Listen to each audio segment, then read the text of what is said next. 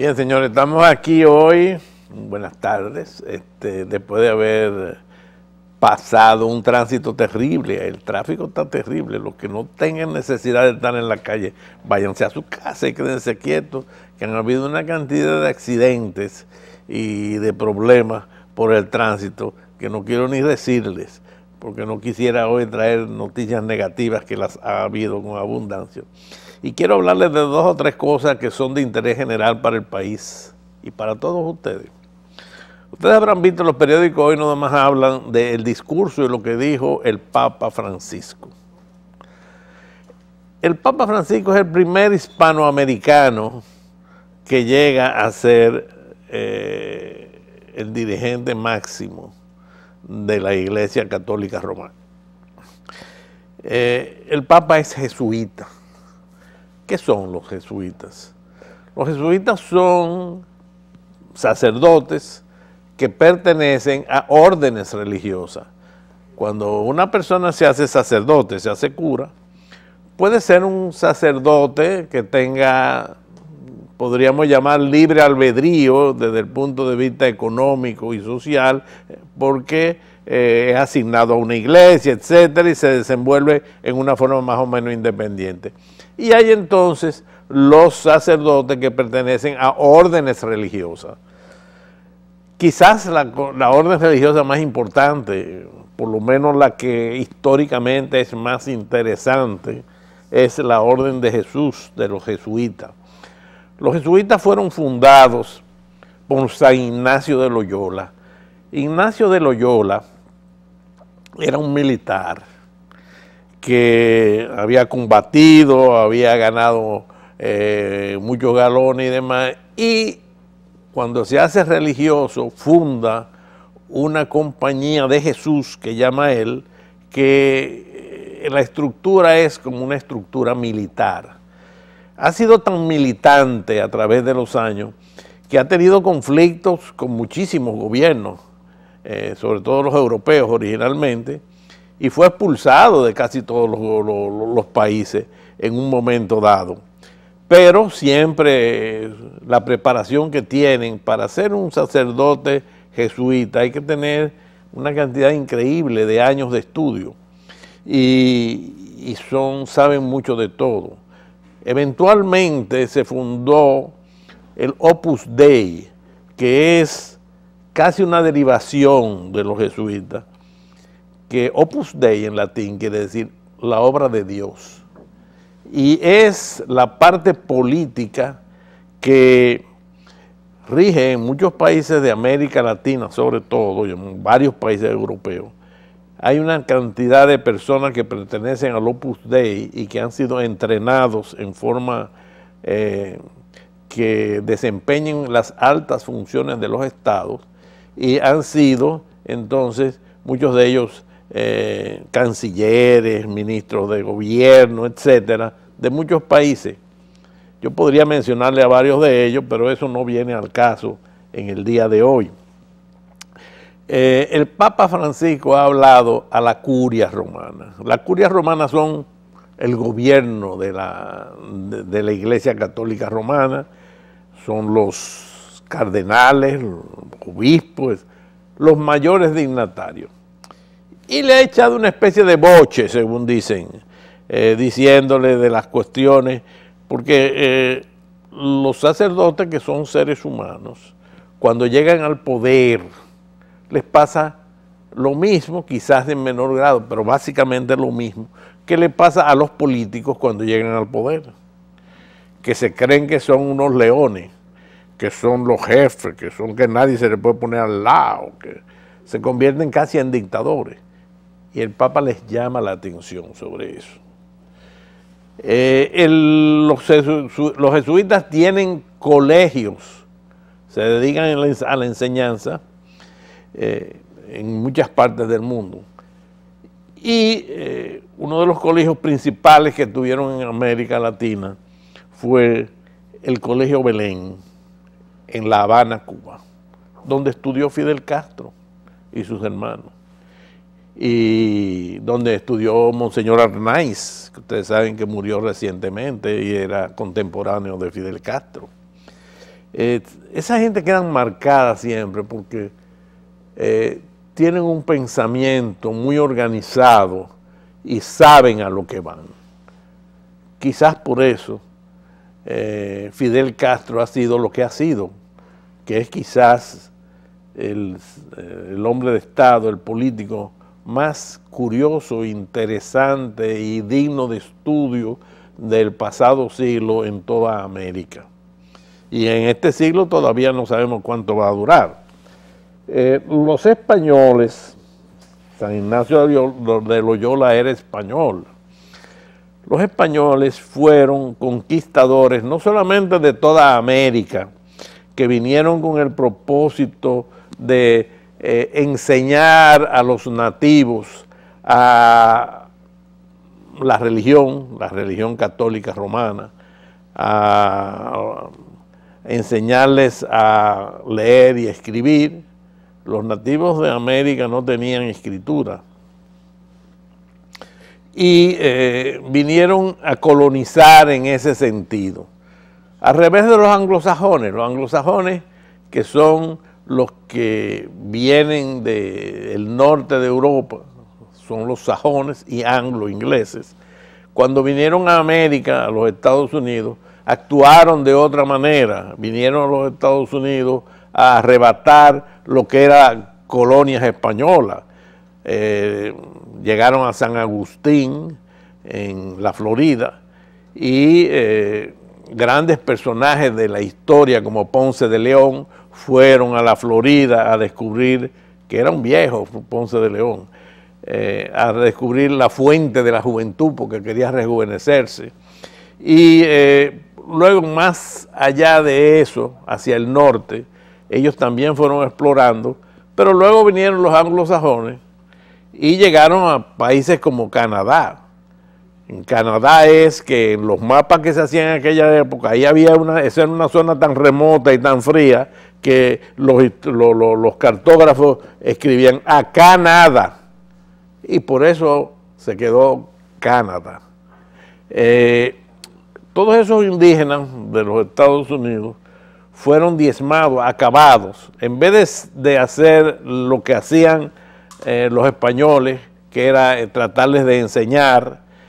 Ustedes recordarán que el cacique Enriquillo fue adoctrinado y se le enseñó a leer y escribir.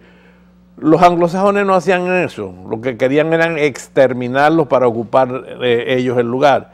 Por eso ustedes recordarán que en la década del 40 hasta el 50, todas las películas norteamericanas decían que los colonos que iban de la costa del este, o sea, de la costa de los Estados Unidos y demás, hacia la parte de California, o sea, de la costa del Pacífico, esos colonos que lo llevaban en una carreta, los indios, decían ellos, los rodeaban, empezaban a decir, le tiraban flechas, agarraban, se metían en caballo ahí, agarraban a las mujeres, le quitaban la cabellera y a las mujeres rubias sobre todo.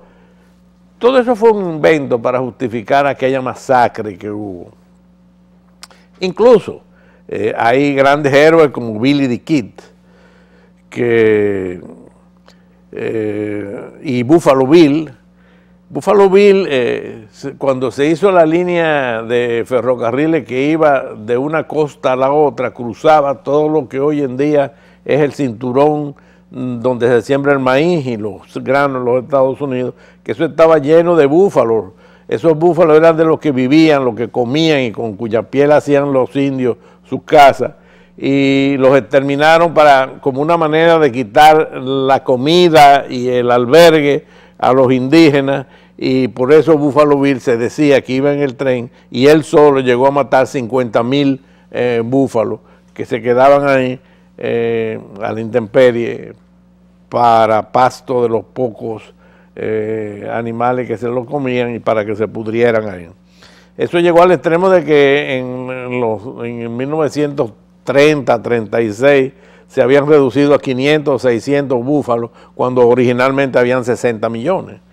Pero bueno, eso es parte de la historia. España colonizó toda esta época y las últimas colonias que le quedaban eran Cuba, Puerto Rico, las Islas Filipinas y algunas otras cositas por ahí. Los norteamericanos ya habían hecho el desarrollo de la sociedad industrial, se había industrializado, había habido la revolución industrial y tenían problemas con los obreros en los Estados Unidos, de manera tal que a ellos les resultaba muy difícil que una industria tan necesaria como la del azúcar, que estaba en la Florida principalmente, tener obreros que trabajaran 6 meses, porque hay 6 meses de tiempo muerto en lo que crece la caña, no les resultaba a ellos, quisieron sacar la industria. Y los cubanos que estaban en guerra para hacer su independencia de España, y para lo cual nosotros le habíamos mandado allá a Máximo Gómez, y también tenían ellos a José Martí, su libertador, que lo matan los españoles en una batalla en Ocho Ríos. No, en Ocho Ríos no, se llamaba Dos Ríos, creo. Bueno. Los norteamericanos se meten en la guerra, atrapan a la Marina de Guerra de España en la bahía de Santiago de Cuba, le hacen una encerrona, la hunden y ganan la guerra hispanoamericana con el propósito, que se vio claramente tan pronto terminó la guerra, de que como compensación España tiene que cederle Puerto Rico, Cuba y las Filipinas. Cuba siguió entonces bregando para deshacerse de ese esa nueva dominación norteamericana, y esa isla que había sido por su riqueza destino de los emigrantes españoles, principalmente los que más emigraban, que eran los asturianos y los gallegos, se van a Cuba y van desarrollando Cuba. Entonces los norteamericanos instalan allá 116 ingenios azucareros, instalan ingenios azucareros en Puerto Rico y también en las Islas Filipinas. Eso los libera a ellos de tener que sembrar azúcar, en caña de azúcar en la Florida y demás, porque a ellos no les resultaba útil, porque necesitaban industrias que emplearan a la gente todo el tiempo, no 6 meses como sucedía con la caña de azúcar. En esta situación es que Cuba se empieza a desarrollar y ahí van gente como el papá de Fidel Castro, que es inmigrante y que pone a sus hijos a estudiar ahí. Van muchísimos asturianos y gallegos. Entre ellos va el señor, y esto se lo voy a narrar porque por la relación que tenemos nosotros con esa situación, el señor Raimundo Quidielo. Raimundo Quidielo llegó a Cuba y era empleado de la Palmolive. Ahí se casa y forma familia, de cuya familia nacen 3 hijos. Teresa, Carmen y Raimundo. Raimundo era el varón, Teresa y Carmen eran las 2 hembras. Una de ellas es Carmen Quidielo, que pasa a ser la esposa de Juan Bosch, y la otra, Teresa, que igual que Carmen ha estudiado en Jamaica, y por eso habla inglés. Y Teresa había tenido un accidente, había perdido un ojo, era profesora. Ahí es donde Juan Bosch la conoce a doña Carmen y eventualmente se casa con ella y regresa aquí al país. Bueno, regresa después que acaba el periodo de Trujillo, cuando Trujillo es ajusticiado. De manera que esa es la historia de República Dominicana con relación a esa familia y a Cuba. Cuba se convierte en una gran potencia cuando logra liberarse de los americanos, porque los norteamericanos, como le quedaba tan cerca, empiezan a mandar dinero ahí, y lo que hoy en día se llama lavar dinero, ya lo hacían en aquella época y fundan todas esas grandes casinos y hoteles y demás, que crea tanta corrupción que es lo que da al final motivo para que un señor que se llama Fidel Castro haga una revolución, se levante contra el estatus actual y sucede todo lo que ha sucedido hasta ahora, en que los Estados Unidos quieren reprimirlo, pero durante más de 50 años Cuba resiste eso hasta que hay el desenlace que ustedes están viendo en estos días. Es muy interesante que se den cuenta que Cuba, cuando se independiza, tenía mucho dinero circulando, casi como lo que hay aquí ahora en la República Dominicana por otras razones, de eso vamos a hablar otro día. Perdón, cuando sucede eso,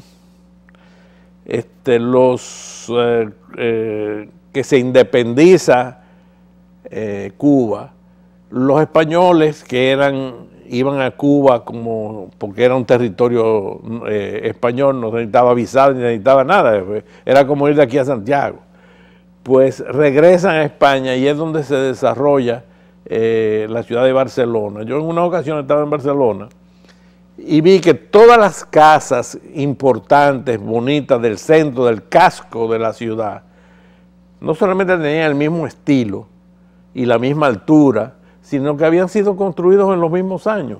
Y pregunté, digo yo, ¿y cómo es posible que todo esto? No, esos fueron los españoles que se habían ido a Cuba, que cuando se independiza Cuba en los primeros años del 1900, Cuba se independiza al final del siglo XIX, o sea, en el 1898-99, los españoles cogen su dinero y se van a España, y como Cataluña siempre ha sido la parte más desarrollada y más progresista de España, se van a Barcelona y ahí es donde convierten a Barcelona en una ciudad que llegó a ser más importante incluso que la misma Madrid.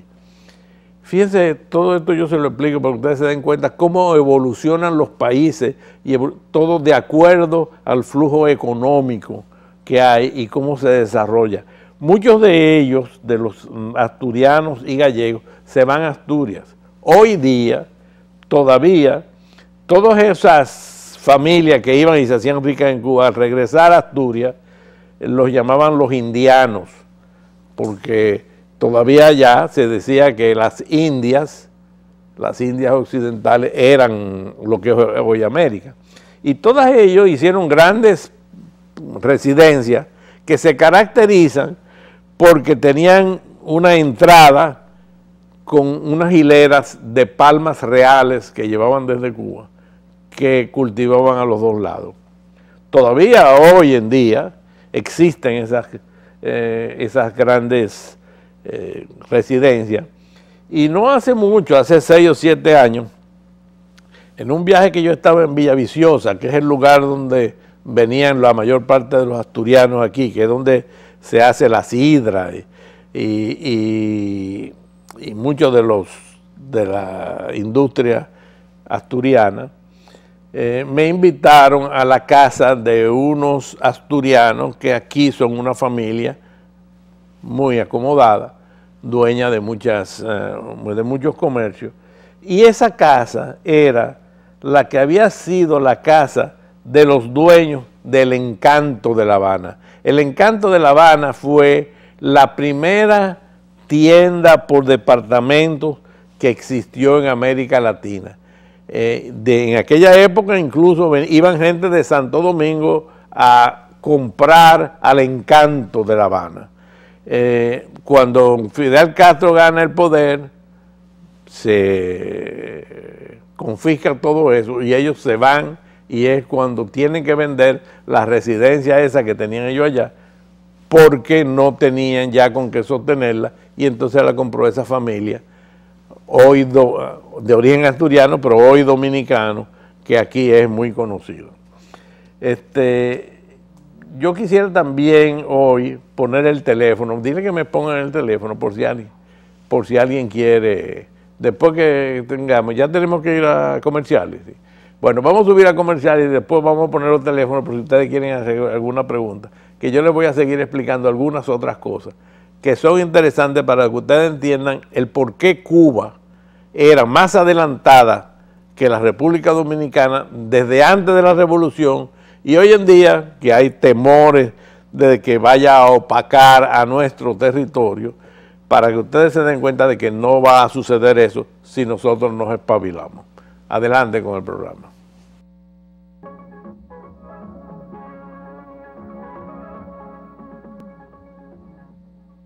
Señor, aquí estamos de regreso. Aquí los muchachos de camarógrafos me hacen muchas preguntas y me preguntan muchas cosas en estos intermedios.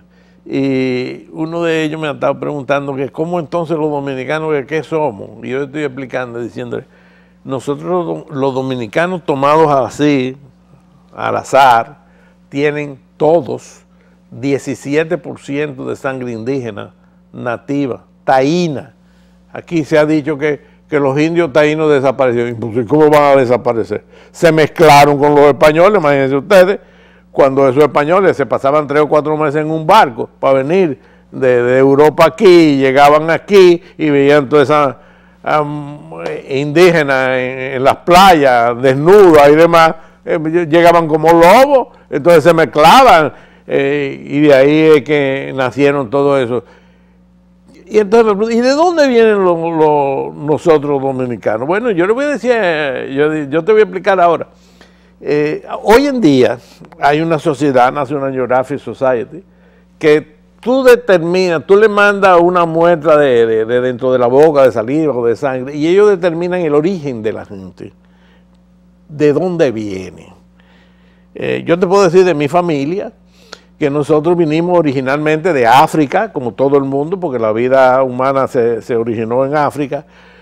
Subimos por la Mesopotamia, subimos por lo que después fue el Imperio Otomano, cruzamos por arriba de Grecia, nos fuimos a Europa, de ahí nos fuimos al norte de España, y ahí se mezclaron con 2 tribus más, que eran los neandertales y otro grupo humanoide que había en el norte.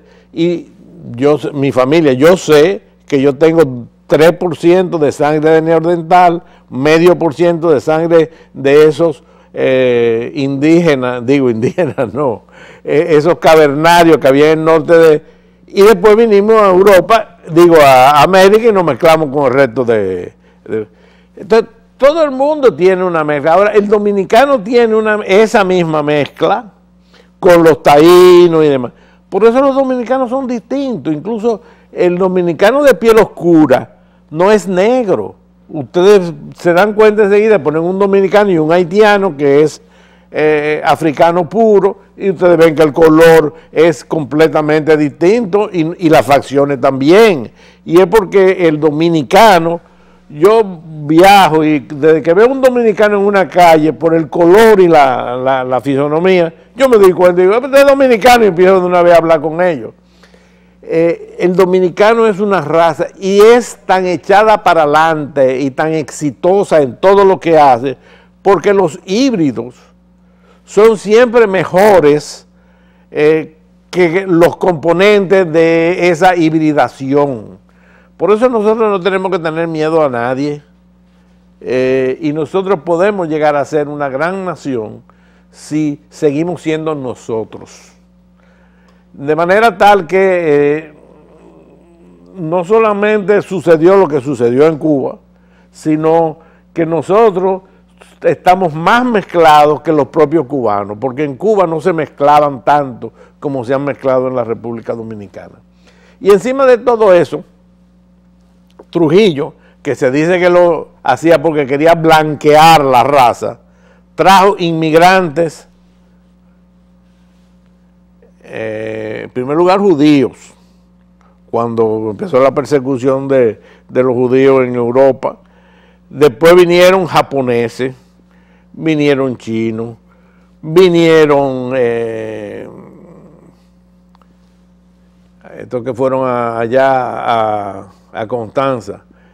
Bueno, tenemos una llamada telefónica, vamos a cogerla y después seguimos con esto. Adelante con la llamada, por favor. ¿Cómo? Sí, díganos. Sí, estoy llamando al programa del señor José Manuel Armentero. Yo soy Armando Armentero. Armando, escúcheme. José Manuel es un primo mío. Porque una cátedra que usted está dando, hermano, y José Manuel es un primo mío. Sí, no, yo lo sé, sí, es que como ¿qué? Yo trabajé con él. Porque... De todas maneras, fíjese, esos señores calvinistas que llegaron allí, lo que usted llamó a Estados Unidos, esa parte del norte y el Canadá, le decían puritanos, ¿no? Esos fueron los que acabaron con esa raza. Y no lo mencionan mucho, pero en realidad ellos venían y eran calvinistas. Los asesinatos fueron horrorosos, pero en la historia nadie lo menciona, ¿no? Son cosas raras que uno da la pincelada. De todas maneras, yo le invito, ¿no? Porque tengo la percepción de que esa cátedra que usted está dando hoy nos serviría mucho para este pueblo, porque este pueblo desconoce mucho de dónde viene y no tan solo de dónde viene, sino para dónde va. Bueno, si uno sabe de dónde viene, sabe para dónde va. Calvino, que fue uno de los protagonistas que hizo el cisma, llamado cisma de Occidente, cuando se dividen los católicos romanos con los calvinistas, que son protestantes, y cogen esa parte de Europa y se difunden en Alemania y en Inglaterra, y son los que crean la iglesia protestante. Esos son parte de los que emigran a los Estados Unidos, y por eso los Estados Unidos es principalmente protestante. Yo vivo quejándome de que aquí se pierde tanto tiempo en la televisión poniendo programas malos y que no sirven para nada, ni educan a la gente. Y aquí hay muchas personas que pueden ir a la televisión y explicar todas esas cosas para que los dominicanos cojan conciencia de quiénes somos, a dónde vamos y de dónde venimos. Como usted dijo, tenemos otra llamada telefónica. Adelante con la llamada. Buenas tardes, la llamada, por favor, que entre. Sí, buenas tardes, caballero. Un placer estar escuchando, como dijo el señor anterior, su cátedra sobre el desarrollo de lo que ha sido la vida cubana principalmente y de lo que somos los dominicanos. Hoy día tenemos un debate que es la cuestión de la migración haitiana hacia nuestro territorio, que comunidades internacionales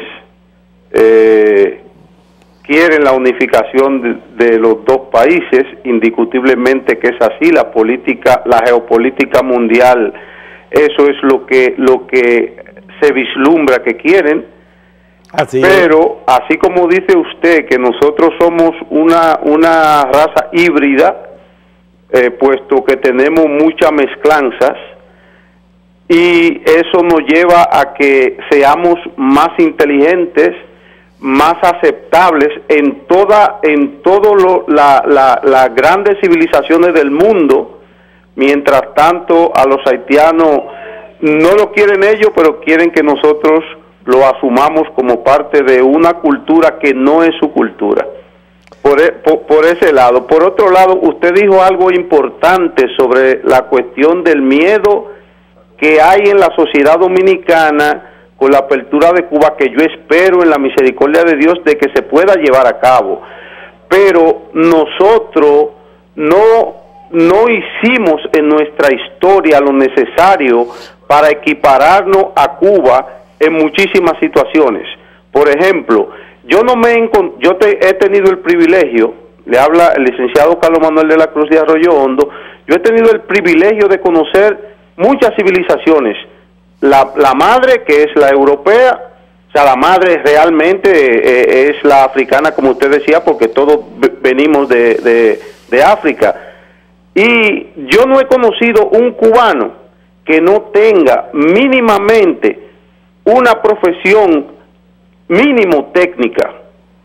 Entonces, yo escuché al profesor Juan Bosch decir en un momento, en los años 70, que de él ser presidente de la República, iba a fundar en cada provincia de nuestra nación una escuela laboral para educar técnicamente a nuestra gente. El miedo de que existe hoy día es que los cubanos en todas las ramas profesionales.